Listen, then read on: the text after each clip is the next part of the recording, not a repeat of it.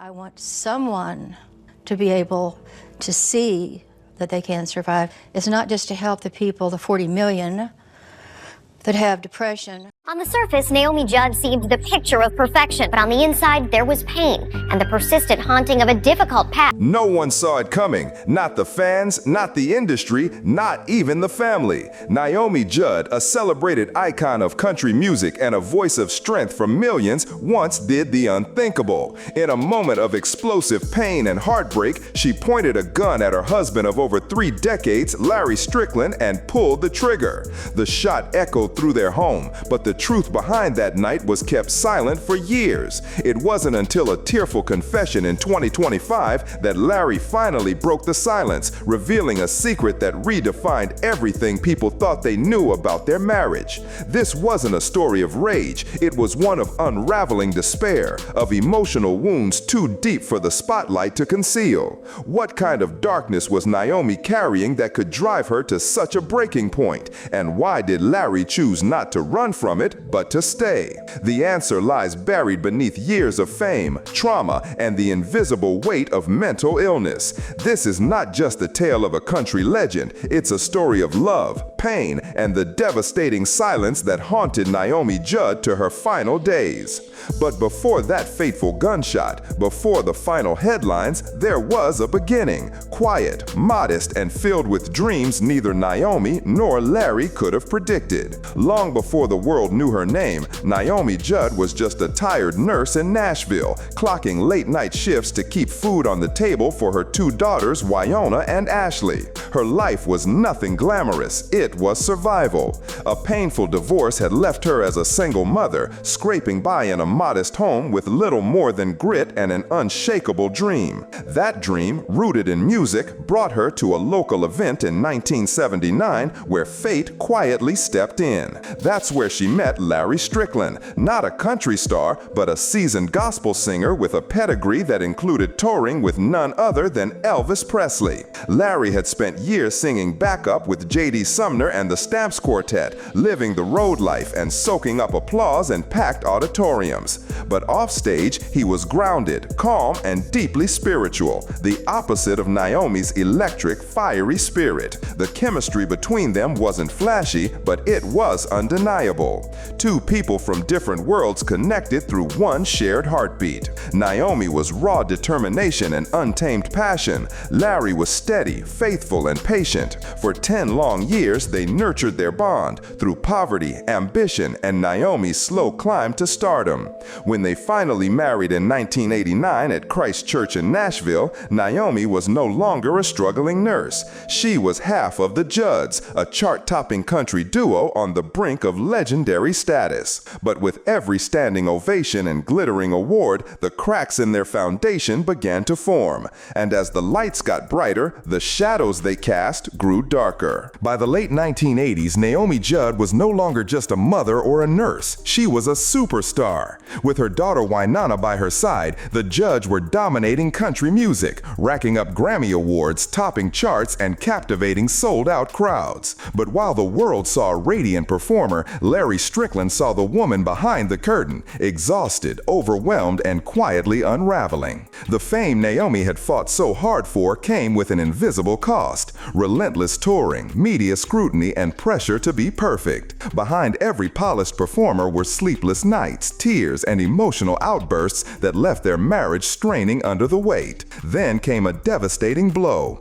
In 1990, Naomi was diagnosed with hepatitis C, a potentially fatal liver disease. The diagnosis slammed the brakes on her skyrocketing career. Doctors ordered her off the stage. The Judds were forced to disband at the height of their fame, and Naomi suddenly found herself thrust into retirement, her identity as a performer ripped away. Larry, still committed to his gospel music career, kept touring, while Naomi stayed behind, navigating her illness and isolation. The distance grew physically and emotionally. She tried to fill the void with TV appearances conferences and advocacy work, but the silence at home grew louder. Larry's absence cut deeper than she let on, and her illness only magnified feelings of abandonment that had haunted her since childhood. What looked like resilience on the outside was, behind closed doors, a woman struggling to hold on, not just to her marriage, but to herself. As Naomi's health declined and the spotlight faded, something more dangerous crept into the quiet moments: fear. Not just the fear of illness or losing relevance, but the kind that whispered that love wasn't real, that happiness couldn't last, and that betrayal was always just one absence away. Even with Larry by her side, Naomi's journals, later revealed after her death, exposed a mind haunted by deep insecurity. She wrote about not feeling worthy of love, fearing that someone as steady and kind as Larry would eventually leave her behind. These weren't thoughts born from anything Larry had done. They were the ghosts of her past. Growing up with an emotionally unstable mother and later surviving a bitter divorce had left Naomi scarred in ways that no applause or award could heal. As Larry continued to tour in the early years of their marriage, Naomi stayed home, stewing in silence. Then came the first unmistakable rupture. Larry returned from a month-long tour to find their bedroom in ruins. Wedding photos were shredded, furniture overturned, and his belongings scattered outside. Naomi didn't scream, didn't explain. The devastation spoke for her. Larry was stunned. He hadn't cheated, hadn't lied, yet it was as if Naomi had lived that month believing her worst fear had already come true. That moment changed everything. Larry began to see that Naomi's pain wasn't about him. It was older, deeper, and dangerously unpredictable. From that day forward, their marriage was no longer just about love. It was about survival, emotional, psychological, and for Naomi, eventually existential. The emotional tremors in Naomi Judd's marriage soon escalated into an earthquake. One night, while Larry was away on tour, Naomi received a phone call that shattered what little peace she had left. On the other end was a woman she didn't know, calm, confident, and devastatingly direct. She claimed to be in love with Larry. She called him her soulmate, offered intimate details, and left Naomi with a single unbearable question. Had the betrayal she always feared finally come true? Naomi didn't scream. She didn't even respond. She simply hung up the phone and didn't speak to Larry for an entire day. When he returned home, expecting a warm reunion, he was met with pure chaos. His belongings were tossed across the front lawn. Every photo from their wedding day was destroyed, and in Naomi's hands was a gun. Shaking, heartbroken, she raised it and fired. The bullet missed, but the emotional damage didn't. Larry didn't call the police. He didn't go public. Instead, he quietly left the house for weeks, leaving behind not just a shattered home, but a wife who had reached the very edge of her sanity. Eventually, Naomi reached out with an apology. They met, talked, and came to an unspoken decision. No one would ever know. They agreed to protect their image, their daughters, and the legacy of the Judds. For decades, the truth was buried. Even when a made-for-TV movie included a dramatized version of the incident in 1995, no one realized it was real. Not until Larry finally confirmed it in 2025, when the world was ready and when the silence had become too heavy to carry alone. Naomi Judd's deepest wounds weren't carved by fame or betrayal. They began in a small Kentucky town long before she ever picked up a microphone. Born into poverty, Naomi's early life was defined by scarcity, instability, and emotional chaos. Her mother, according to family accounts, struggled with untreated mental illness, and the home Naomi grew up in was often tense and unpredictable. From a young age, she learned not to depend on others, that love could vanish and safety was never guaranteed. That childhood trauma didn't fade with age. It festered quietly, shaping how she saw the world and how she navigated relationships. By her early 20s, Naomi was a divorced single mother of two, juggling night shifts as a nurse just to keep her daughters fed. She didn't have time for therapy or healing. She was in survival mode, and emotional intimacy took a back seat to physical survival. Her daughters, Wynonna and Ashley, grew up in this atmosphere of constant motion and emotional distance. In her memoir, All That Is Bitter and Sweet, Ashley described their home life not as nurturing, but numb. She said they rarely connected as a family, that love was assumed but rarely expressed. Wynonna, despite being her mother's musical partner, shared similar feelings. She once said, "We sang together, stayed in the same hotel, ate at the same table, but we weren't close." The truth was painfully simple. Naomi gave everything she had to lift them out of poverty, but had little left to give emotionally. And those early scars, the ones carved by a mother's instability and a father's absence, would later resurface in ways no one could have imagined. To the outside world, the Judds were the perfect image of harmony, a mother and daughter conquering country music side by side. But behind the spotlight, the bond between Naomi and Wynonna was far more complicated than anyone realized. While their duets echoed with passion, backstage was a different story, one filled with tension, miscommunication, and emotional distance. Fame didn't unite them, it exposed the cracks. Naomi, always under pressure to perform and preserve her public persona, often struggled to truly connect with her daughters. Ashley, who was frequently left behind while Naomi and Wynonna toured, described feeling emotionally abandoned, not just physically absent, but emotionally unavailable. She was raised mostly by grandparents, watching her mother and sister become icons while she remained in the shadows.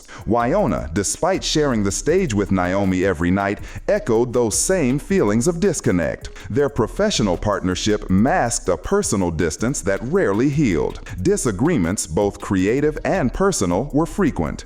Naomi wanted control. Wynonna wanted independence. Neither felt fully understood by the other.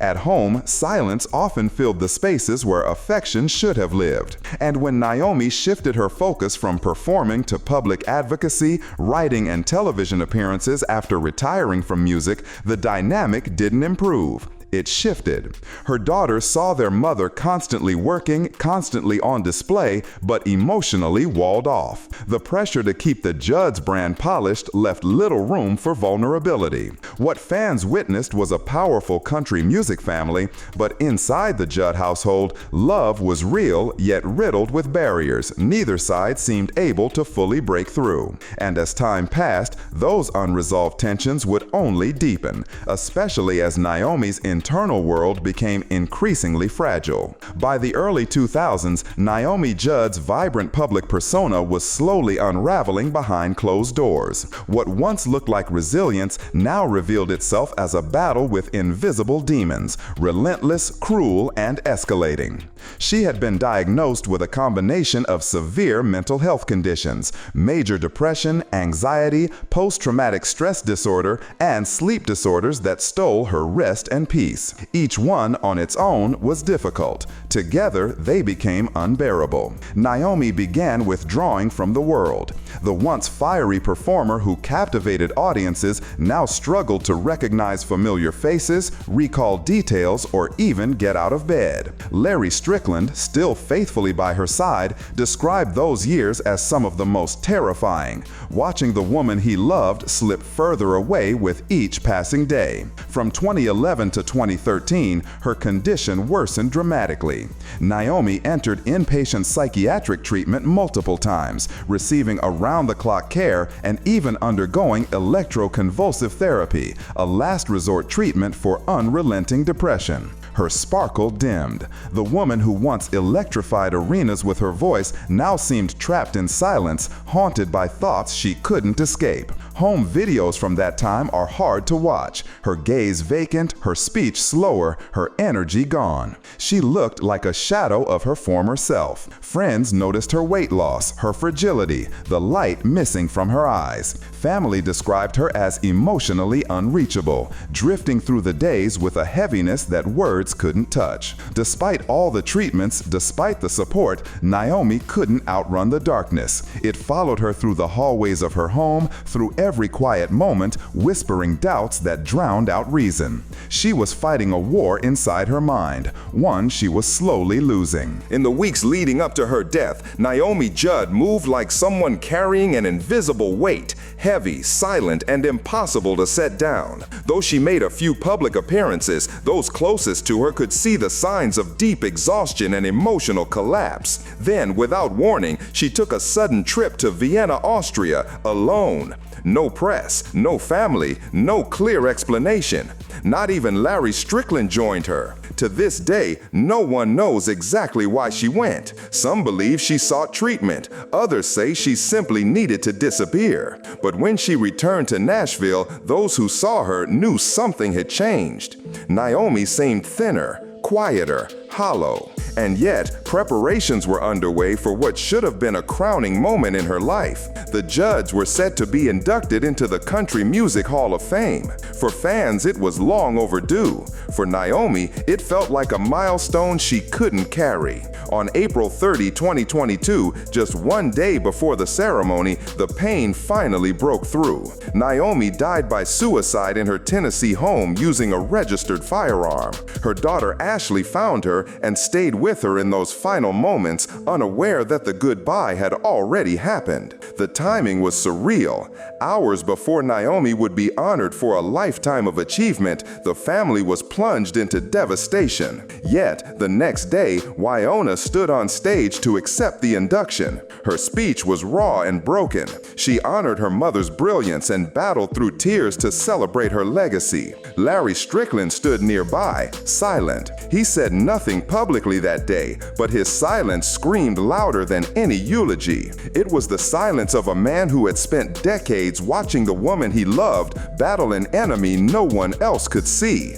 and lose. The shock of Naomi Judd's passing hadn't even begun to settle when another revelation stunned the world. Her will, signed in 2017, left her entire estimated $25 million estate to her husband Larry Strickland and excluded both of her daughters, Wynonna and Ashley. The public reaction was instant and intense. Fans questioned how a mother so deeply connected to her daughters in the public eye could leave them out entirely. Was this a final act of resentment or a misunderstood decision made during a time of mental confusion? Rumors swirled and speculation flooded headlines. But amid the noise, the truth was far more complex. Wynonna, though blindsided, responded with grace. She declared her love for her mother and refused to let money overshadow the grief.